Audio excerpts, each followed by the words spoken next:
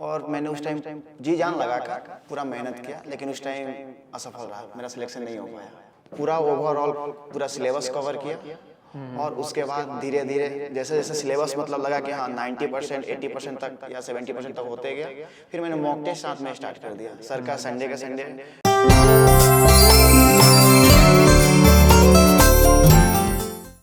नमस्कार मेरे प्यारे साथियों, कैसे हो?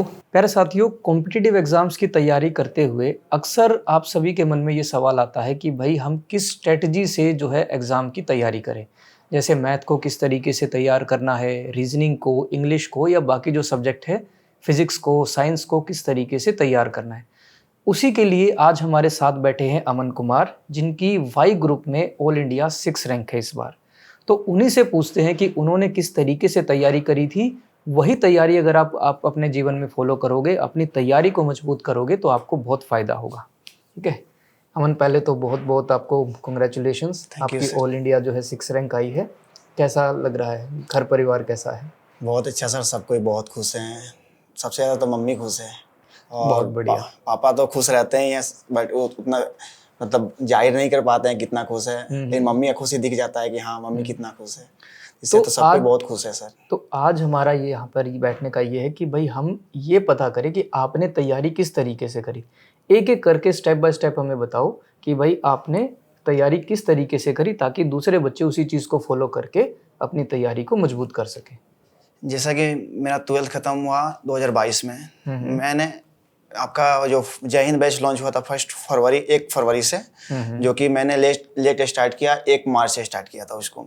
और उसको मैंने पहले पूरे सिलेबस पूरा किया और मैंने उस टाइम जी जान लगाकर पूरा मेहनत किया, लेकिन उस टाइम असफल रहा, मेरा सिलेक्शन नहीं हो पाया। क्योंकि उसमें सिलेक्शन का मेन रीज़न रहा मेरा इंग्लिश का स्कोर बहुत नीचे रहा, जो कि मैंने कट ऑफ भी नहीं पार कर पाया। उसके बाद हमको आज भी याद है कि 10 अगस्त को फर्स्ट अग्निवीर का रिजल्ट आया था। फिर मैंने 11 अगस्त को अपना लाइब्रेरी पकड़ा और फिर से मैंने उसके बाद फिर से सिलेबस के पीछे लगा कि एक बार अच्छे से करते हैं, थोड़ा मैथ को अच्छे से, रीजनिंग को अच्छे से, क्योंकि जय हिंद बैच में एयरफोर्स में केवल डिफेंस के अकॉर्डिंग हुआ था, लेकिन सोचे थे एक बार हम पूरा कर लेते, ओवरऑल जितना था। तो मैंने उस टाइम तत्काल सर लॉन्च किए थे परमवीर बैच एसएससी जीडी के लिए। मैंने फिर उससे पूरा ओवरऑल पूरा सिलेबस कवर किया और उसके बाद धीरे धीरे जैसे जैसे सिलेबस मतलब लगा कि हाँ 90% 80% तक या 70% तक होते गया, फिर मैंने मॉक टेस्ट साथ में स्टार्ट कर दिया। सर का संडे फ्री ऑफ कॉस्ट जो मॉक आता है, उसके साथ साथ सर सेशनल मॉक भी देते हैं,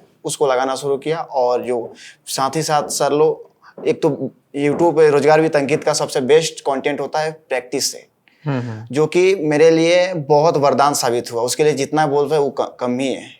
तो प्रैक्टिस सेट के बदौलत ही हम यहाँ आए और मैथ का प्रॉपर जो आपके यहाँ का जो बुक है उसको मैंने एग्जाम से पहले मतलब 7-8 टाइम पूरे ख़त्म किया। सर का नाम था, हमारे अभी बोले थे, राहुल सर भी हैं, और अभी बोले थे कि अगर जो बंदा अगर 100 क्वेश्चन डेली मैथ्स का लगा रहा है, अगर तुम लगा पा रहे हो, तुम ना मैथ्स में तुमको कोई नहीं पछाड़ सकता। मैंने वही फॉलो किया और 100 क्वेश्चन डेली प्रैक्टिस करना शुरू किया। और जो आपका 2400 प्लस पहले से जीडी का बुक था, फिर एक और नया लॉन्च हुआ, वो बुक मैंने मंगाया और मतलब मैं प्रैक्टिस लगाते गया बस, और मॉक टेस्ट साथ साथ लगाते गया। बस वही था, कंटिन्यू डेली रख दिया हम, मतलब जो भी रूटीन में था कंटिन्यू कर दिया पढ़ाई को, थोड़ा सा कंटिन्यू किया। फिर मेरा ऐसे जीडी में भी रिजल्ट हुआ, बस कुछ अपने रीजन्स की वजह से उसमें मैंने फिजिकल नहीं पास कर पाए। फिर मैंने ऐसे करते करते 6 से 7 रिजल्ट दिया, जिसमें सब में कुछ ना कुछ रीजन की वजह से हम छटते गए हैं। सीआरपीएफ एचसीएम निकाले, अभी तो सीआरपीएफ ट्रेडमैन का भी वर्तमान में फिर रिजल्ट आया हुआ है। फिर वैसे करके दिल्ली पुलिस निकाले, मतलब वैसे एग्जाम जो भी देते गए निकलते गया, कुछ रीजन्स की वजह से आउट होते गए। फिर फाइनल ये एग्जाम दिए थे, मैं बस नॉर्मल मन से जाके दे दिया। इसके लिए मैंने जो प्रिपरेशन किया हुआ था बस उसी को एक बार रिवीजन कर दिया, क्योंकि मेरा पूरा 2 साल का प्रिपरेशन था, और रिवीजन करके और बस उनको याद है पहले के तैयारी के बेस पे ही हमने इसको दिया है। और मॉक टेस्ट पे थोड़ा ज़्यादा हमने ध्यान दिया है, क्योंकि हमको लगता है कि अगर मॉक टेस्ट जो हम लोग करते हैं ना, तो ज़्यादातर लोग क्या करते हैं, मॉक टेस्ट करके उसको छोड़ देते हैं।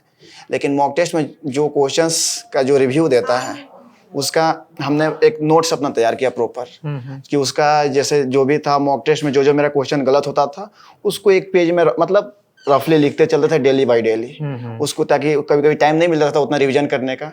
फिर कभी कभी मॉर्निंग में जिस दिन पढ़ने का मन नहीं करता था उस नोट्स को देख लेते थे, अच्छा से रिवीजन हो जाता था। कुछ मॉक टेस्ट में सॉल्यूशन भी इजी तरीके से कर दिए रहते हैं मैथ्स का। जैसे कोई क्वेश्चन होता है जो हम लोगों से कभी काफ़ी क्रिटिकल लगता है, लेकिन मॉक टेस्ट का सॉल्यूशन देख के लगता है वो वैसे होगा, हमको तो पता ही नहीं था।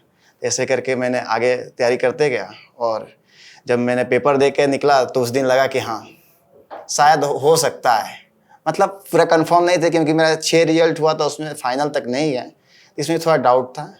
फिर रिजल्ट चेक किए तो रिजल्ट में भी मतलब सबको पता चला कि हाँ रिजल्ट हुआ है, बट खुश कोई नहीं था। क्या सबको पता है इसका हमेशा रिजल्ट होता है खाली, लेकिन फाइनल तक नहीं आता है। फिर इस बार मैंने फिजिकल जो कुछ भी था सब कुछ बिना किसी से बताए खुद से, मतलब किसी को लगा नहीं कि हम इसके प्रति प्रिपेयर कर रहे हैं, अपना अंदर ही अंदर करते रहें।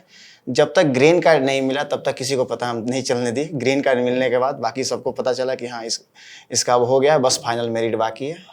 और फाइनल मेरिट आया तो उसके बाद तो सब किसी को पता चल नहीं गया। तो जो आपने प्रैक्टिस सेट किए और जो मॉक टेस्ट किए, इनके आप प्रॉपर नोट्स भी बनाते थे? जैसे प्रैक्टिस सेट में आपको जनरली मैथ्स के सवाल नोट नहीं करने हैं। जैसे कुछ ऐसे सवाल होते हैं जो अगर 20 क्वेश्चन का एक दिन का प्रैक्टिस है, उसमें से आपको 2-3 क्वेश्चन ऐसे मिल ही जाएंगे जो आपसे नहीं होने लायक होंगे, तो उसका आपको नोट्स बनाना ही पड़ेगा। क्योंकि अगर उस टाइप का नेक्स्ट सेशन में आपको सवाल कहीं मिलता है तो उसको आप कैसे कर पाएंगे? उसके लिए आपको 2-3 सवाल तो 20 क्वेश्चन में नोट कर ही सकते हैं, तो उसको नोट करना होता है। या उसमें का कुछ ऐसा ट्रिक होता था जिसको हम नोट नहीं कर पाते थे, स्क्रीनशॉट कर लेते थे, बाद में उसको नोट कर लेंगे, वो होता था। तो मॉक टेस्ट देने की स्ट्रेटजी किस तरीके से थी? मतलब कब से आपने मॉक टेस्ट देना शुरू किया? जैसे मैंने तो मॉक टेस्ट वही मैंने पूरे 2 साल हो गए आज तक, और आपका फ्री ऑफ कॉस्ट मॉक और ये टेक्स्ट बुक का प्रेस्क्रिप्शन ले रखा था। मतलब डेली कम से कम मेरा 3 से 4 आवर मॉक टेस्ट पे जाता था। क्योंकि जिस दिन पढ़ने का मन नहीं करे, सबसे ज़्यादा हमने अभी तक कमांड बनाया था एक मैथ्स पे। क्योंकि हम आज तक जितना एग्जाम दिए सब में मैथ में फुल मार्क्स लाए हैं। कोई भी ऐसा एग्जाम नहीं रहा जिसमें 1 मार्क, हाँ इस बार 1 मार्क्स मेरा SAGD में कम आया मैथ में। पिछला बार भी फुल था, इस बार 1 मार्क्स कम आया, वो भी माइनर कैलकुलेशन मिस्टेक की वजह से। बाकी मैथ्स क्योंकि मेरा प्रॉपर सबसे वीक सब्जेक्ट था, जो 10th तक मैथ था, वो मेरा बाद में पूरा स्ट्रॉन्ग हो गया। तो बाकी जो सब्जेक्ट है जैसे इंग्लिश है और जो बाकी सब्जेक्ट है, उनको किस तरीके से तैयार किया? इंग्लिश को प्रॉपर मैंने बाकी टाइम जो पिछले मैंने एक अटेम्प्ट दिया था जिसमें मेरा नहीं हुआ था, उसमें मैंने इंग्लिश में ज़्यादा वोकैब पे ध्यान दिया था, ग्रामर पर्सन बहुत कम, जिसकी वजह से मेरा इंग्लिश में उस टाइम 4.5 मार्क्स आए थे। नॉर्मल कट ऑफ पार करने के लिए 8 मार्क्स चाहिए होता है। तो उसमें मैंने इस बार ध्यान दिया कि मेरे पास जैसे SAGD का भी एग्जाम था और ये एयरफोर्स भी था, तो सब एग्जाम आपस में कंबाइन हो गए थे। तो प्रॉपर डिसाइड नहीं कर पा रहे थे कि क्या करे, कौन सा पढ़े कौन सा ना पढ़े। तो जो मैंने नोट्स एक बनाया हुआ था प्रॉपर जो अपना, तो उससे मैंने ग्रामर पोर्शन पूरे कवर किए। और मैंने एक मॉक टेस्ट लगाते एक आकलन किया कि साइनोनिम और एंटोनिम ये मिला के मैक्सिमम 3 मार्क्स का आते हैं एयरफोर्स में। तो मैंने छोड़ा इस बार स्किप ही कर देते हैं इसको, 3 मार्क्स के लिए अगर हम पूरा काहे को ले डूबेंगे। बाकी इडियम फ्रेज ये सब और जो ग्रामर के पर्सन थे ये सबको कवर करके, और तब मैंने आगे बढ़ा यहाँ तक। तो मैं आपको थोड़ा सा ओवरऑल बताता हूँ जो इन्होंने तैयारी फॉलो करी है। पहले तो आपको सिलेबस कंप्लीट करना होता है। सिलेबस पूरा सबसे पहले फोकस होता है आपका सिलेबस के ऊपर। सिलेबस के बाद जब आपका कुछ सिलेबस हो जाता है, मान लो जैसे 30% या 40%, उसके बाद आप अपना मॉक टेस्ट शुरू करते हो, ठीक है।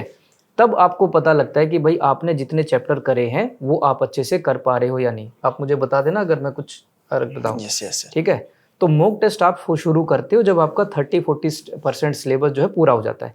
मॉक टेस्ट का आकलन भी आप कब से किस में करते हो? जो आपने 30-40% सिलेबस किया हो, उसी को आपको आकलन करना है कि भाई मॉक टेस्ट में इन चैप्टर से हमारा क्वेश्चन जो है वो कभी भी गलत नहीं होना चाहिए, ठीक है। उसके बाद धीरे धीरे हम फिर प्रैक्टिस सेट के ऊपर बढ़ते हैं। सिलेबस कंप्लीट होने के बाद मॉक टेस्ट और प्रैक्टिस सेट इसको रेगुलर रखते रहिए, और जो भी आपको क्वेश्चन बीच में मिलता है या जो भी कंसेप्ट आपको बीच में मिलता है कि भाई हाँ ये कुछ नया कंसेप्ट है, इसके नोट्स बनाने की ज़रूरत है, इसको नोट रखने की ज़रूरत है, उसको नोट करते हुए अपनी तैयारी को आगे बढ़ाओगे तो आपकी तैयारी बहुत ही बेहतरीन हो जाएगी। इसी तरीके से अमन ने जो है अपनी तैयारी पूरी करी है। तो आप इसी स्ट्रेटजी को फॉलो करके अपनी तैयारी को बहुत मजबूत कर सकते हो। Thank you.